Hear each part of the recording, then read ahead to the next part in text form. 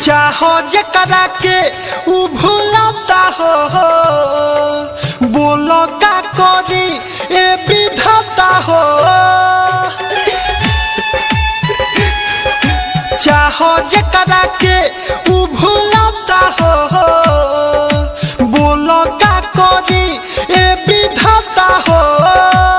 दिहली गम उ सनम हमसे तोड़ली नाता हो। पैसा पर प्यार बिकाता हो, अब पैसा पर प्यार बिकाता हो। पैसा पर प्यार बिकाता हो, अब पैसा पर प्यार बिकाता हो। चाहो जकरा के उ भूलता हो, बोलो का करी ए विधाता हो।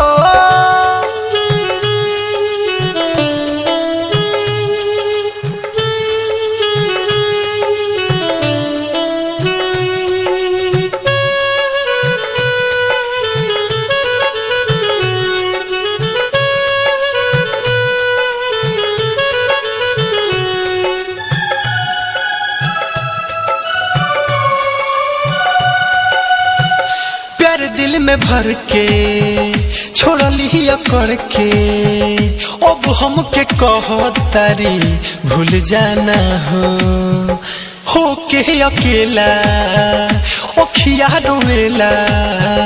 अब सुननी के ना लगे खाना हो,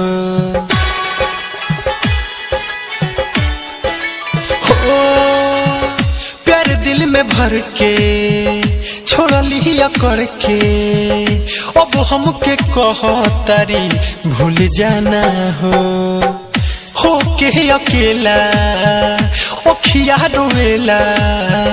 अब सुननी के ना लगे खाना हो, लूट के रूठ के दिल टूट जाता हो। पैसा पर प्यार बिकाता हो, अब पैसा पर प्यार बिकाता हो। पैसा पर प्यार बिकाता हो, अब पैसा पर प्यार बिकाता हो। चाहो जकरा के उ भूलता हो, बोलो का करी ए विधाता हो। Aditya recording studio Gopalganj.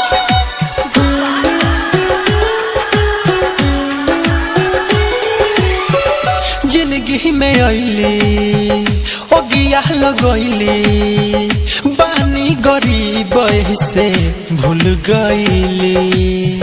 शेषनाथ भाई तोह से बताई, दीपक दीवाना के ना भइली। हाँ जिंदगी में अइली ओगिया लगइली, बानी गरीब से भूल गइली। शेषनाथ भाई तोह से बताई, दीपक दीवाना के ना भइली। जाई हम अब कहाँ कुछो नइखे पाता हो। पैसा पर प्यार बिकाता हो, अब पैसा पर प्यार बिकाता हो। पैसा पर प्यार बिकाता हो, अब पैसा पर प्यार बिकाता हो। चाहो जकरा के उ भूलता हो, बोलो का करी ए विधाता हो। दिहली गम उ सनम हमसे तोड़ली नाता हो। पैसा पर प्यार बिकाता हो, अब पैसा पर प्यार बिकाता हो। पैसा पर प्यार भी काता हो, अब पैसा पर प्यार भी काता हो। चाहो जकरा के